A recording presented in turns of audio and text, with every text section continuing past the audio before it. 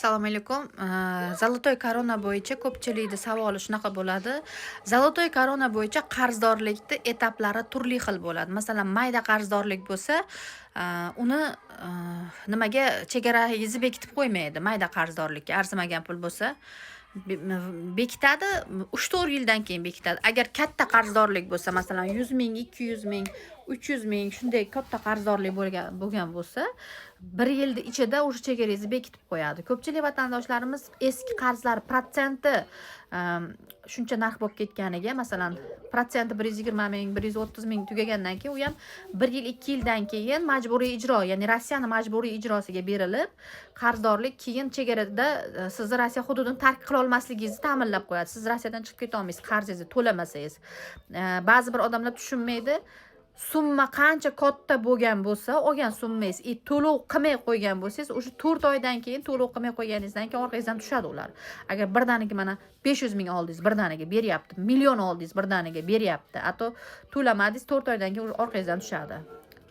Protsenti bilan hisoblamaysizlar. Protsenti bilan o'sha millioningiz 500 mingingiz million tagiga boradi.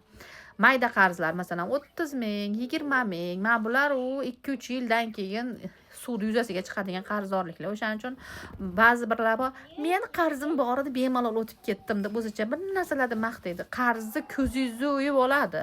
O'sha shartnoma qilgan O'zbekistonga xat boradi, keyin ish O'zbekistonga, o'sha O'zbekistondan akalar borib, mol qo'ylar tortib uyga kirib televizorlarni ko'tarib ketyapti. O'shaning uchun o'zingizlarga ehtiyot qilib, iloj bo'lsa qarz olmanglar.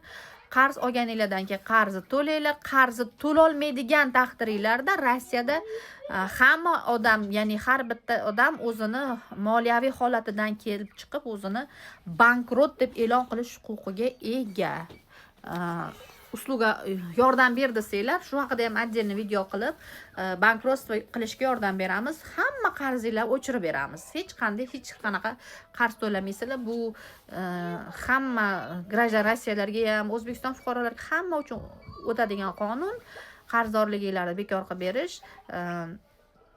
Qiziq bo'lsa, yozsanglar, keyinchalik video qo'yib, nomer qo'yib, unda ham yordam beramiz 100%. Qarz olgandan keyin to'langlar, to'lashga aqlingiz yetmasa olmanglar.